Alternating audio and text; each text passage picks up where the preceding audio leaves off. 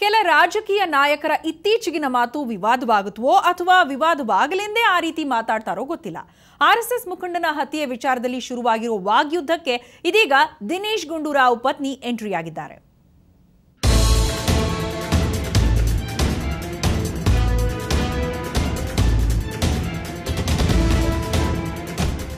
ಶರತ್ ಕೊಲೆಯ ಬಳಿಕ ಆರಂಭವಾದ ವಾದ ವಿವಾದ, ಪ್ರತಿಭಟನೆ, ರಾಜಕೀಯ ಕೆಸರೆರಚಾಟ ಇದೆಲ್ಲ ಈಗ ಮತ್ತೊಂದು ರೂಪ ಪಡೆದುಕೊಂಡಿದೆ. ದಿನೇಶ್ ಗುಂಡೂರಾವ್ ವಿವಾಹದ ಬಗ್ಗೆ ಬಿಜೆಪಿ ಸಂಸದೆ ಶೋಭಾ ಕರಂದ್ಲಾಜೆ ಆಡಿದ ಮಾತುಗಳು ಭಾರೀ ವಿವಾದವನ್ನೇ ಎಬ್ಬಿಸಿದೆ.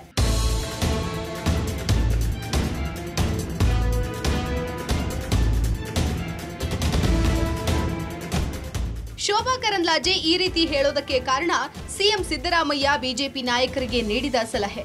ಬಿಜೆಪಿಯವರು ದಲಿತರ ಜೊತೆ ಪರಸ್ಪರ ವಿವಾಹ ಸಂಬಂಧ ಬೆಳೆಸಲಿ ಅಂತ ಸಲಹೆ ನೀಡಿದ್ರು. ಬರೀ ದಲಿತರ ಮನೆಗೆ ಹೋಗಿ ಹೋಟ್ಲಿಂದ ತಿಂಡಿ ತರಿಸ್ಕೊಂಡು ತಿನ್ನೋದ್ರಿಂದ ಅಲ್ಲ, ಬದ್ಧತೆ ಇದ್ರೆ ನಿಮ್ಮ ಹೆಣ್ಮಕ್ಳನ್ನ ಅವ್ರಿಗೆ ಕೊಡಿ, ಅವ್ರ ಹೆಣ್ಮಕ್ಳನ್ನ. ಇದಕ್ಕೆ ಪ್ರತಿಕ್ರಿಯಿಸಿದ ಶೋಭಾ ಕರಂದ್ಲಾಜೆ ಕಾಂಗ್ರೆಸ್ ಕಾರ್ಯಾಧ್ಯಕ್ಷ ದಿನೇಶ್ ಗುಂಡೂರಾವ್ ವಿವಾಹವನ್ನ ಪ್ರಸ್ತಾಪಿಸಿ ಮತ್ತೊಂದು ವಿವಾದಕ್ಕೆ ನಾಂದಿ ಹಾಡಿದ್ರು.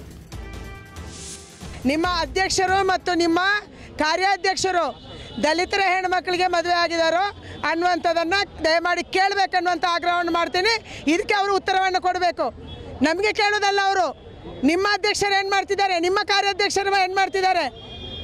ಅದಕ್ಕಾಗಿ ಸಿದ್ದರಾಮಯ್ಯನವರು ಇನ್ನು ಮುಂದೆ ಆದರೂ ಯಾವ ಮನೆಗೆ ಯಾರು ಹೋಗಬೇಕು, ಯಾರನ್ನು ಮದುವೆ ಆಗಬೇಕು ಅನ್ನುವಂಥದ್ದನ್ನು ಮಾತಾಡೋದು ಬಿಡಲಿ.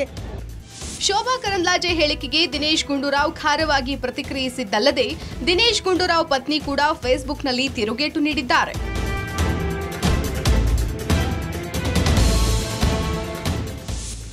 ನಾನು ಮದುವೆಯಾಗಿ ಎಷ್ಟು ವರ್ಷ ಆಯಿತು, 94ಗೆ ಎಷ್ಟು 22 ವರ್ಷ ಆಯ್ತಪ್ಪ. ಇವಾಗ ಯಾಕೆ ನನ್ನ ಮದುವೆ ಮಾತಾಡ್ತಾರೆ? ಅವ್ರಿಗೇನು ಮದುವೆ ಆಗಿಲ್ಲ, ಬೇಕಾದ್ರೆ ನೋಡಲಿ ಅವ್ರು ಯಾರಾದ್ರೂ. ನಾನು ಯಾರನ್ನ ಮದುವೆ ಆಗಿದ್ದೀನಿ ಅಂತ ಇಡೀ ರಾಜ್ಯಕ್ಕೆ ಗೊತ್ತಪ್ಪ. ನಾನೊಬ್ಬ ಹಿಂದೂ, ನನ್ನ ಮದುವೆ ಆಗಿರೋದು ಮುಸ್ಲಿಂ, ಅದರಲ್ಲೇನು ತಪ್ಪೇನಿದೆ? ಅದ್ರ ಬಗ್ಗೆ ಯಾಕೆ ಮಾತಾಡಬೇಕು ಅವರು? ಇನ್ನು ಸಿಎಂ ಸಿದ್ದರಾಮಯ್ಯ ಕೂಡ ಶೋಭಾ ಹೇಳಿಕೆಗೆ ಖಂಡನೆ ವ್ಯಕ್ತಪಡಿಸಿದ್ದಾರೆ. ದುರಂತ ಅಂದ್ರೆ ಶೋಭಾ ಕರಂದ್ಲಾಜೆಯವರ ಹೇಳಿಕೆಗೂ ಮಂಗಳೂರಿನಲ್ಲಿ ನಡೀತಾ ಇರುವ ಗಲಭೆಗೂ ಒಂದಕ್ಕೊಂದು ಲಿಂಕ್ ಆಗುವಂತೆ ಭಾಸವಾಗ್ತಾ ಇರೋದು. ಪೊಲಿಟಿಕಲ್ ಬ್ಯೂರೋ, ಸುವರ್ಣ ನ್ಯೂಸ್, ಬೆಂಗಳೂರು.